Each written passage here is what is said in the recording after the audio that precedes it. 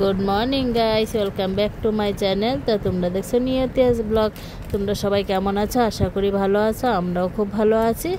তো দেখো সকাল সকাল কিন্তু গাছগুলো কত সুন্দর লাগছে দেখতে, বৃষ্টি পেয়ে গাছগুলো কত সুন্দর হয়ে গেছে। তো দেখো তারপরে আমি কিন্তু সকাল সকাল কাজে লেগে গিয়েছি। প্রতিদিনের মতো যা যা কাজ শুরু হয় সকালবেলা থেকে সেগুলোই করতে শুরু করে দিয়েছি। ঘরটর মোছা, ঝাড় দেওয়া, গ্যাস মোছা সব করে নিচ্ছি। করে ভালো করে চুলটা চিরুনি করে চুলটাও বেঁধে নিচ্ছি। চুলটা বেঁধে না নিলে না দেখবে নাকে মুখে চুল এসে যায়, বিরক্তকর। তো চুলটা কিন্তু চিরুনি করে বেঁধে নিয়ে আসি। আর ওর বাবা কিন্তু বাথরুমে আছে, তনু পড়তে চলে গেছে। আর আজকে বৃহস্পতিবার, বাবুর স্কুল নাই, বাবু কিন্তু ঘুমাচ্ছিল তখন। তারপরে দেখো এদিকে গ্যাস ট্যাস মুছে আমি চা বসিয়ে দিয়েছি, চা খাবো দুজনে। তারপরে দেখো আমাদের চা হয়ে গেছে দুজনে। তোমরা হয়তো ভাবে গ্লাসে চা খাই কেন, আমরা গ্লাসেই চা খাই। তো যাই হোক, তারপরে দেখো চাটা খেয়ে এখানে বসে গেছি সবজি কাটতে। তো সবজি কাটতে বসে গেছি। আজকে শোলা কচু ছিল, সেই শোলা কচু কুচি কুচি করে কেটে নিয়েছি চচ্চড়ির জন্য। এই দেখো সুন্দর করে কেটে নিয়েছি। কেটে সবজি কেটে কিন্তু আমি চান করতে চলে গেছি, কাপড় জামা কেচে। তো দেখো বাবুর এদিকে হাতটা যে কি করে কেটে ফেললো আমি চান করতে যাওয়ার পরে জানি না। তারপরে ওর দিদি কিন্তু হাতটা বেঁধে দিয়েছে, বেঁধে ও টিফিন করে স্কুলে চলে গেছে। তারপরে দেখো এদিকে রান্না হয়েছে আজকে কচুর চচ্চড়ি আর ডাল। তো আজকে দুপুরে কিন্তু এই রান্না হয়েছে। তো রান্না টান্না করে আমার বরমশাই কিন্তু খেয়ে চলে গেছিলো কাজে।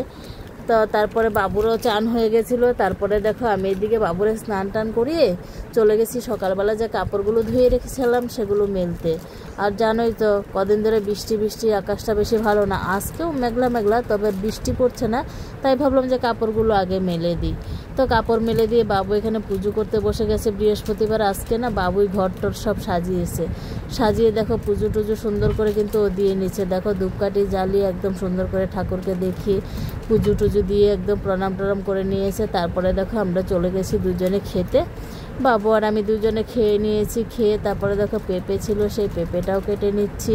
আমি তো পেঁপেটা নষ্ট হয়ে যাবে, পেঁপেটা খেয়ে নিই। তো বাবু না আবার পেঁপে খায় না, পেঁপে কেন, ও কোনো ফল খেতে চায় না, খুব বিরক্ত করে। তারপরে দেখো বাবু এদিকে সন্ধ্যাবেলা চলে এসেছি টিফিন করতে।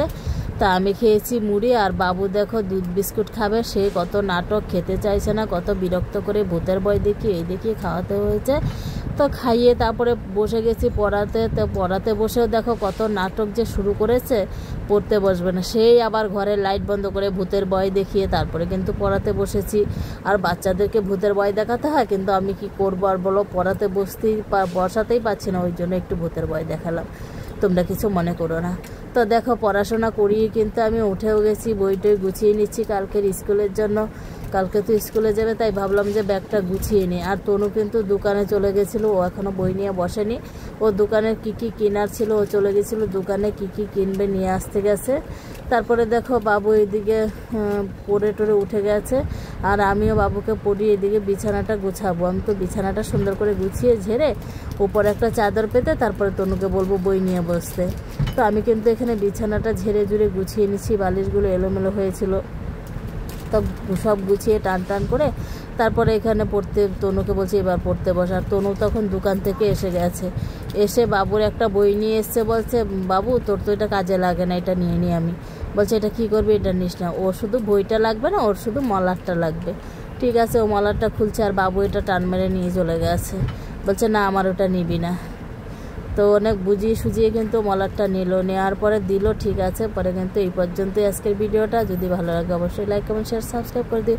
আর পাশে থেকেও দেখা হচ্ছে নতুন ভিডিও।